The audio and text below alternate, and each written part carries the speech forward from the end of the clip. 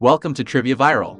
Our channel covers all the latest analysis and recaps on TV shows and movies, as well as interesting stories and facts that you may not have known. So sit back, relax, and subscribe to our channel if you have been enjoying our videos so far.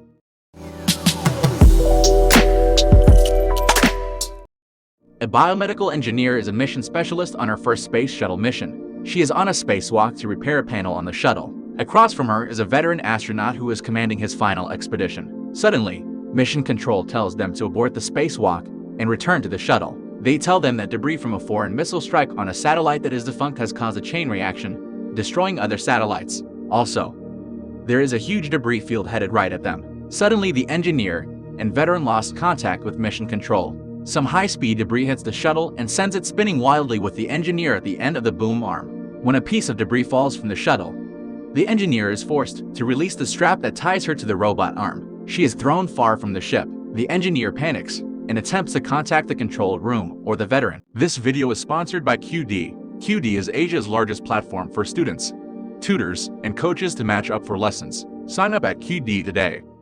The veteran suddenly appears and fastens her tether to him. Then he flies them back to the shuttle. On the way there, they find another engineer. His helmet has been smashed. Then they find out that the shuttle has been severely damaged.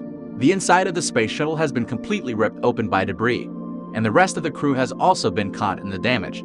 So the veteran decides to use the thruster pack to get to the International Space Station, which is in orbit about 60 miles from there. The veteran estimates that they have 90 minutes before the debris field completes its orbit, and then it might harm them again. When the engineer's oxygen reserve drains, they float through space toward the ISS. The veteran asks the engineer about her life at home, sharing stories with each other. As they approach the ruined ship, they find out that the crew of the ship has already evacuated using one of the modules.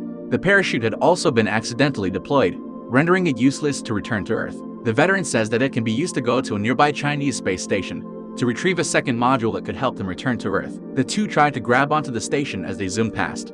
The tether holding them together breaks suddenly, and the engineer's leg becomes trapped in the parachute lines. Then the engineer nips the veteran's tether, just barely stopping him from flying into space.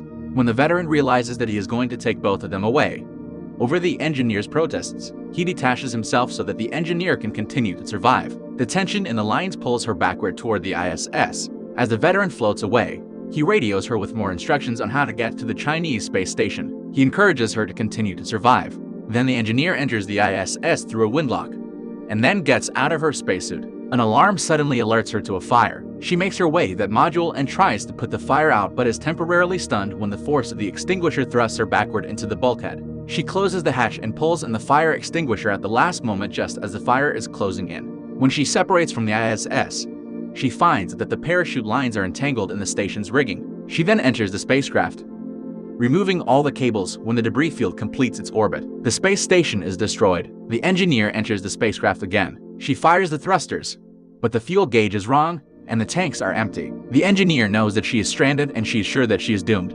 While listening to a fisherman on the ground, she slows down the oxygen flow to make her go unconscious before she passes. The veteran suddenly appears outside. He opens the spacecraft lock and enters the cabin. He cheerfully asks her if she wants to keep living. He says that she must use the landing rockets to reach the space station. When the woman regains full consciousness, the veteran is gone. He was just a part of her hallucinations. The engineer is able to restore the flow of oxygen and uses the landing thrusters to steer towards the station. With no fuel to slow the boat or to dock the boat in the Chinese station, the engineer forces herself out through explosive decompression. The pressure that remains in the fire extinguisher acts as a makeshift thruster to propel her toward the station, which has also been abandoned. She navigates to the capsule. The station has been deteriorated by the debris field, and it is beginning to break apart.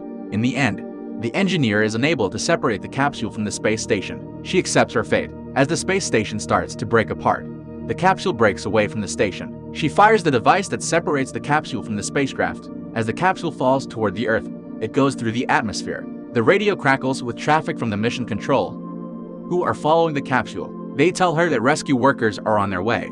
As the chute automatically opens, the engineer slides into a lake near the shore. Just when she thought that she was safe, she finds that she is not able to escape the capsule.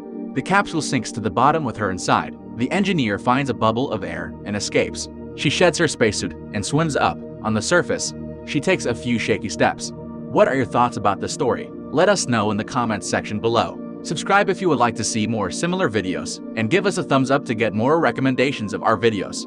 Be the first to watch the latest videos by clicking the bell icon. See you on the next video.